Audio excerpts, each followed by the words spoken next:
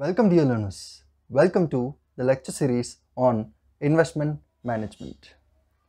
Dear learners, in the last session we were discussing some basic concepts relating to debentures valuation. I hope you have understood all the basic concepts because it is prerequisite to understand the problematic part. Until and unless you don't understand the basic terms of debentures, it's very difficult to solve problems. So I request once again to go through the last video before you start off with the problematic part or this session. In the last session we have also discussed that in unit number 2 we will be discussing or concentrating on three broad categories or three broad concepts. Number 1 is, the first concept is bond pricing or valuation.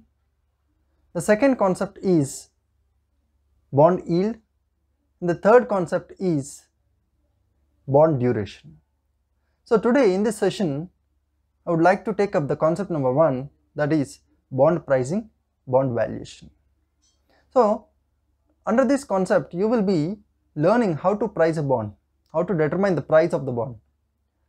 You might be wondering that, sir, the bond price is already always it is given, then why the hell we are determining the bond price again?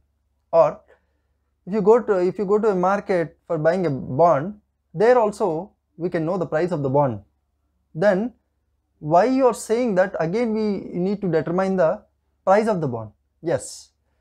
So let us understand first what is bond pricing, and you will be having answers to all your queries. So in order to understand bond pricing, let us take an example. For suppose, assume that you are purchasing a bond, and if you are purchasing a bond, you are right, bond has a price. Bond always has a price because the person who is issuing it, he will issue at a price. So bond always has a price, and let us assume that the bond's price or the market price of the bond is 970 rupees. So in the market you are getting a bond for rupees 970.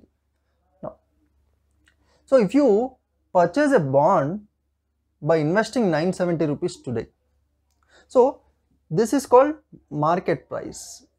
This is called market price. So if you buy a bond with 970 rupees, you will be getting what? You will be getting two things. One is interest plus principal.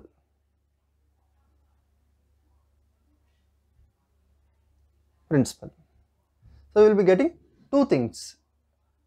Every year you will be getting interest, and at the end of the maturity you will be getting the principal or redeemable value. So if I invest 970 rupees today and buy a bond, I will be entitled to get two things, that is interest and principal. But what is 970 rupees? It is market price. Now dear learners, if suppose the interest plus principal what you are receiving in the future in due course of time, if you take out the present value,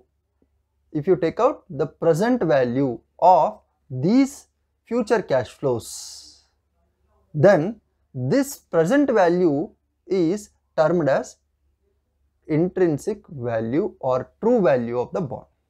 So under bond pricing, by bond pricing what we mean, or what I mean is, we will calculate the present value of future cash inflows from the bond. Listen, so let me put it in this way. If you purchase a bond at certain price, you will be entitled to two things. One, you will receive an interest, and at the end of the maturity period you will be receiving a principal or redeemable value. So if you take out the present value of all the future set of cash flows what you receive, their present value today, that means the present value of the future cash flows, then it is called intrinsic value or true value. That is what is bond price. That means the true value of the bond.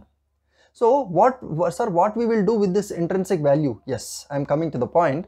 So with this intrinsic value, we will decide whether the bond is overpriced or underpriced, and it helps in decision making whether to purchase or not to purchase a bond.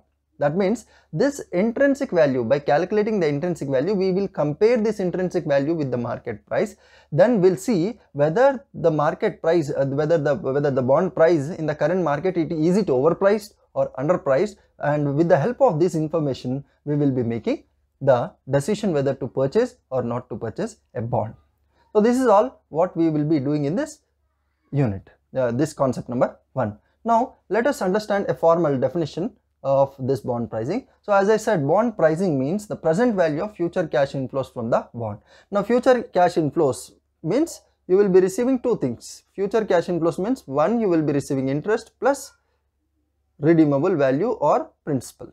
So the present value of the interest plus redeemable value today, that means interest and redeemable value, you will be receiving interest at the end of every year and redeemable value at the end of maturity date. So their present value today's value, if you take out, that is called bond pricing. That means determining the intrinsic value or the true value of the bond is called bond pricing. So bond pricing means present value of future cash inflows from bond. So how? See, intrinsic value of the bond, as I said, is equals to present value of future cash inflows discount at yield of similar bond. This is something called intrinsic value. Now, how to make? As I said, when we take out intrinsic value, with this intrinsic value information, we will be deciding whether the bond is overpriced or underpriced or correctly priced. With the help of this information, we will be making a decision whether to buy or not to buy a bond. Now how? The decision criteria. So this is very important to solve the problems. You need to understand the decision criteria correctly. So that is, if intrinsic value, what we take out, intrinsic value means the present value of future cash inflows. Future cash inflows, the bond has only two future cash inflows, interest and redeemable value. So the present value of future cash inflows, the intrinsic value of a bond, is if it is more than the current market price. Current market price is the price at which, or the price at which the bond is being traded, or in the current market at a price which you can purchase it. If intrinsic value is more than the current market price, then it is underpriced. That means the bond is underpriced. Hence bond should be purchased. So bond should be purchased. If intrinsic value is more than the current market price, then you can purchase the bond. For example, your IV, when you have calculated the IV is equals to 1100, and when the market price is 970 rupees. See, IV is greater than market price. That means if you buy a bond with rupees 970 today, you will be getting the future cash flows, and the value of the future cash flows today is 1100, which is much more greater than market price. So if you invest 970, you are getting 1100. So that is the reason we make a decision that if intrinsic value is more than the market price, then you should purchase the bond. In the same way, if the intrinsic value is less than the current market, it is vice versa. If it is less, suppose assume that intrinsic value is 950. You have calculated intrinsic value and market price is equals to 970. See, the bond is priced as 970. That means if you want to purchase this bond, you are getting it at a price of 970. But when you calculate the present value of future cash flows, that is intrinsic value, it is 950. So intrinsic value is less than market. See, if you invest 970, you are getting 950. Why the hell you will be purchasing the bond? So when the intrinsic value is less than the market price, you will not purchase the bond. Next, if the intrinsic value is equal, now this situation may also arise sometimes. If the intrinsic value is equal to the market price, then we say it is correctly priced, hence you can purchase the bond. So there are three decision criteria. In bond pricing or bond valuation, we have three decision criteria. While making decisions whether to purchase or not to purchase, we have three decision criteria. First one is, if intrinsic value is more than the current market price, it is called underpriced, the bond is underpriced, the bond should be purchased.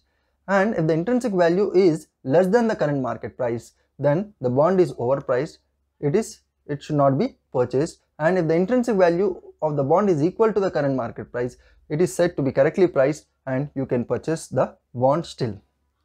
So this is what is all about the basics of bond pricing and the meaning of bond pricing, the meaning of intrinsic value, why bond pricing why we do the bond pricing, and the decision criteria for the bond pricing or the bond valuation. So I hope you have understood this session, and this session forms the basis for the next session, that is problematic part. So when we are doing problems, you need to remember these decision criteria, then only we can make out a decision at the last after solving the problems. So that's all for today. We will be coming up with next session soon. Till then, good day, goodbye.